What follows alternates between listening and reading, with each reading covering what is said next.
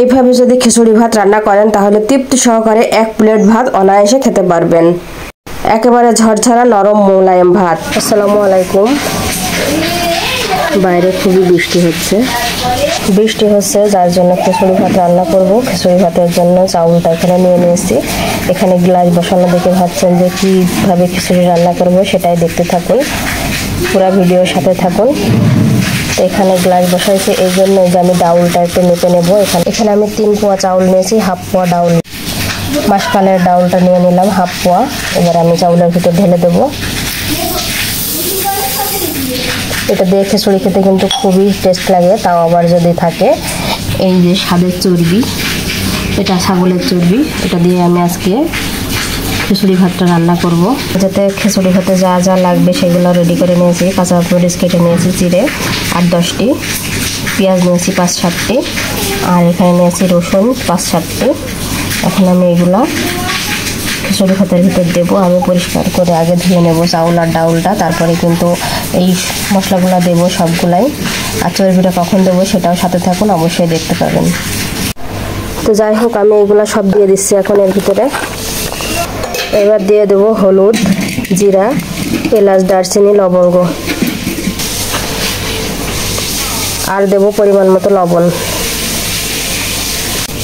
জিরা, এলাচ, দারচিনি, লবঙ্গ সবগুলাই দিয়ে দিচ্ছি।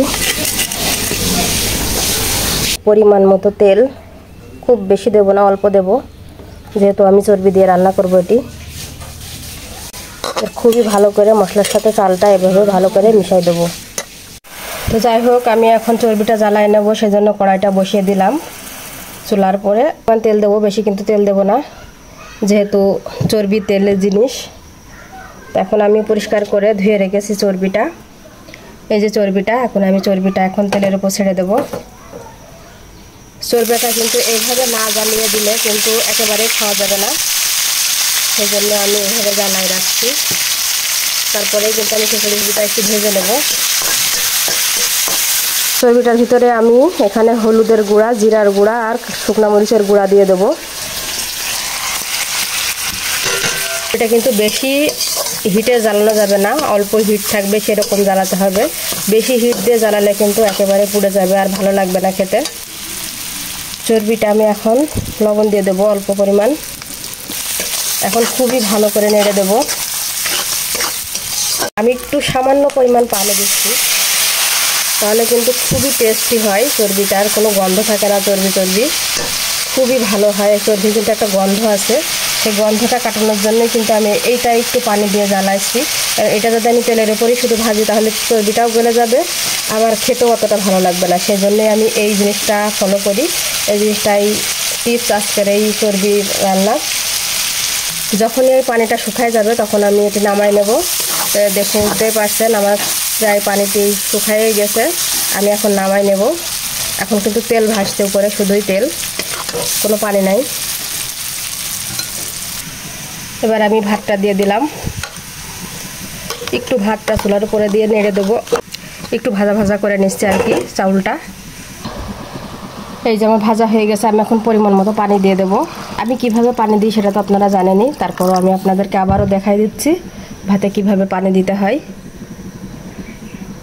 চাউলটা কিন্তু গরম আছে, তারপরও আমি হাতটা দিচ্ছি। এই যে এই পর্যন্ত চাউলের পানিটা হলে একেবারে পারফেক্ট ঝরঝরা ভাত হবে।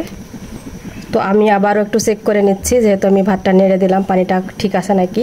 তো পানিটা আরেকটু দেওয়া লাগবে। একটু পানি দিয়ে দিলাম। এবার ভাতটা ফুটার অপেক্ষায় আছি। তো এখন আমি একটু দেখে নেব যে লবণ টবণ ঠিক আছে কিনা। ভাত ফুটে ওঠার সময় কিন্তু লবণটা চেক করে নিতে হয় যে লবণ ঠিক আছে কিনা। পরবর্তীতে লবণ দিলে এক জায়গায় হয় লবণ, আর এক জায়গায় হয় না। তো এ পর্যায়ে লবণটা আমি চেক করে নেব। তো লবণটা বেশ খানিক কম ছিল, সেজন্য আমি আবারও লবণ দিচ্ছি একটু। এবার সে দিয়ে দেবো সে চর্বিটুকু।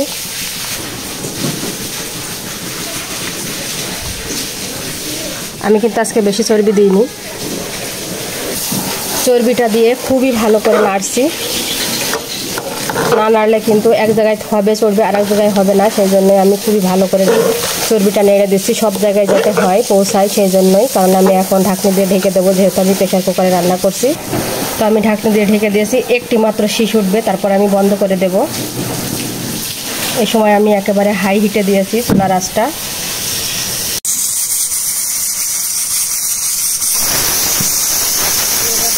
এই যে আমার ভাতের ফাইনাল লুক, দেখুন তো কত সুন্দর হয়েছে, একেবারে মোলায়েম, আবার একেবারে শক্ত নয়, খুবই সুন্দর। ডাউলটাও খুবই সুন্দর গলে গেছে, দেখেছেন? প্রেসার কুকারে রান্না করলে কিন্তু একেবারে ভাত ঝরঝরা হয়, আবার দেখতেও সুন্দর লাগে, খেতেও ভালো লাগে। তো যাই হোক, এবার সবাইকে খেতে দেবো, সেটাই আমি রেডি করছি। এই ভাতটি কিন্তু কোনো ডিম ভাজিও লাগবে না, কোনো কিছুই লাগবে না, শুধু এটা দিয়েই চলবে। সাথে দেব আমি একটু সালাদ। এতটাই সুন্দর হয়েছে যে এমনিতে হাত চেটে পুটে খাবে, এইরকম একটি খাবার পেলে তো আর কোনো কথাই থাকে না। তো ভিডিওটি যদি ভালো লেগে থাকে অবশ্যই একটু লাইক, কমেন্ট, শেয়ার করে সবাইকে ছড়িয়ে দিন, সবার দেখার সুযোগ করে দিন। আল্লাহ হাফেজ।